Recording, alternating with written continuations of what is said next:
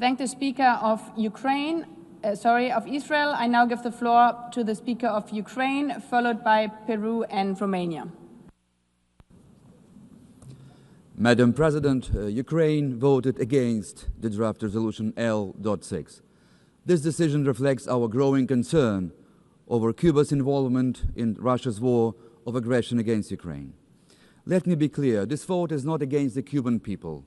On the contrary, we deeply value the Cuban nation, and we respect its right to live in prosperity.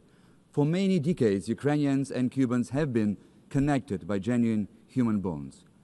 Our vote is against the inaction of Cuba's government in the face of recruitment of its citizens into Russia's military, which brings death and devastation to Ukraine.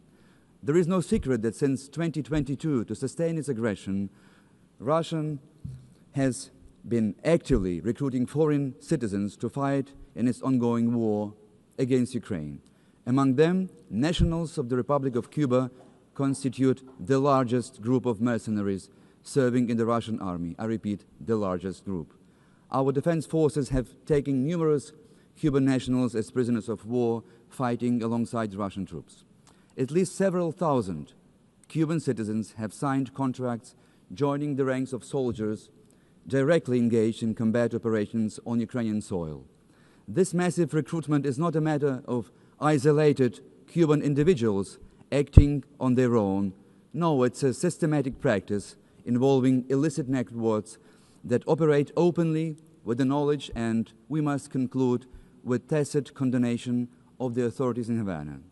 Madam President, Cuban citizens are drawn into Russia's war through deception, financial incentives, or ideological motives rooted in Moscow's narrative of the so-called historic brotherhood.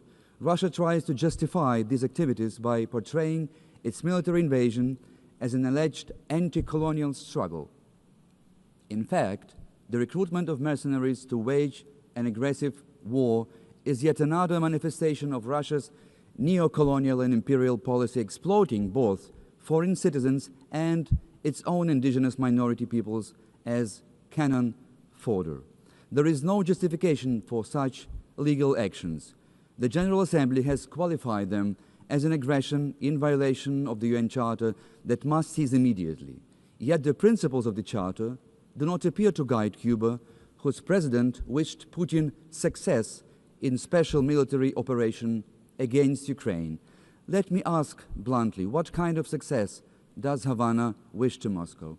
Success in annihilating Ukrainians, success in destroying energy infrastructure on the eve of winter, or success in causing an environmental disaster? That is precisely what Russia has been doing in Ukraine with the support of Cuban mercenaries serving in the ranks of the Russian army. Madam President, this massive recruitment of Cuban mercenaries must be taken very seriously. It is often carried out through a network of companies that maintain connections with local criminal groups and corrupt officials. Despite all the statements that we heard of Cuba's government rejecting claims of its involvement in Russia's war of aggression against Ukraine, the systematic deployment of Cuban citizens has not been interrupted.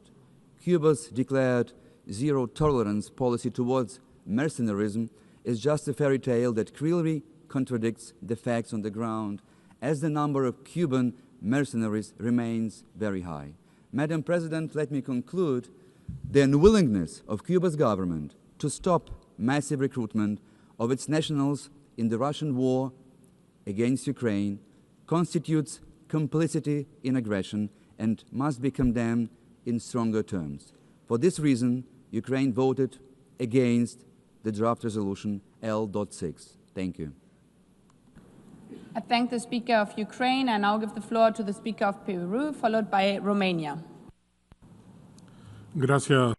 Thank you, Madam President. My delegation would like to begin by expressing its solidarity with the people of Cuba and other peoples of the Caribbean following the effects of the Hurricane Melissa.